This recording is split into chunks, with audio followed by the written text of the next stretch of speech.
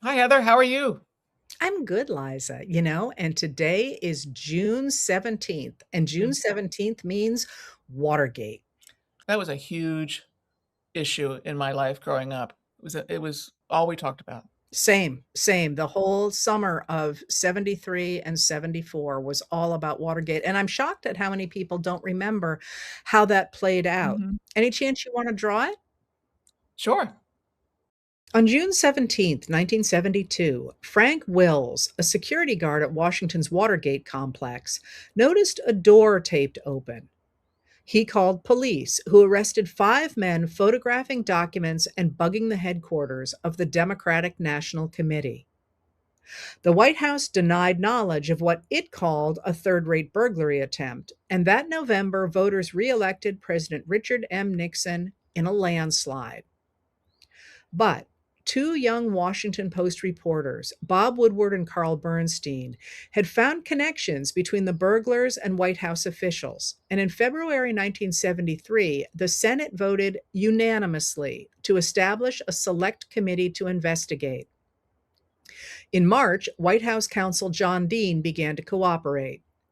In April, three of Nixon's top advisors resigned, and the president was forced to appoint prominent attorney Archibald Cox as a special prosecutor.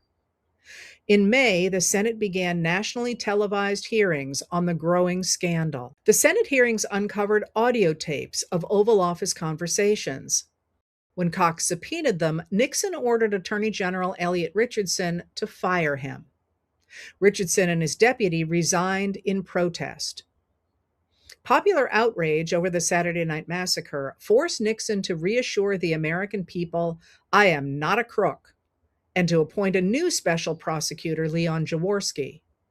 Jaworski fought Nixon for the tapes all the way to the Supreme Court, which sided unanimously against Nixon. The tapes began to drip out in early 1974, revealing a mean spirited, foul mouthed bully. The House Judiciary Committee developed articles of impeachment, but Nixon still professed innocence. Then, in early August, a tape showed Nixon and an aide plotting to protect the administration by invoking national security just days after the Watergate break in. Even Republican loyalists knew the jig was up. On August 9th, 1974, Nixon became the first president in American history to resign. If there is no accountability, another president will feel free to do as he chooses, Representative James Mann of South Carolina said.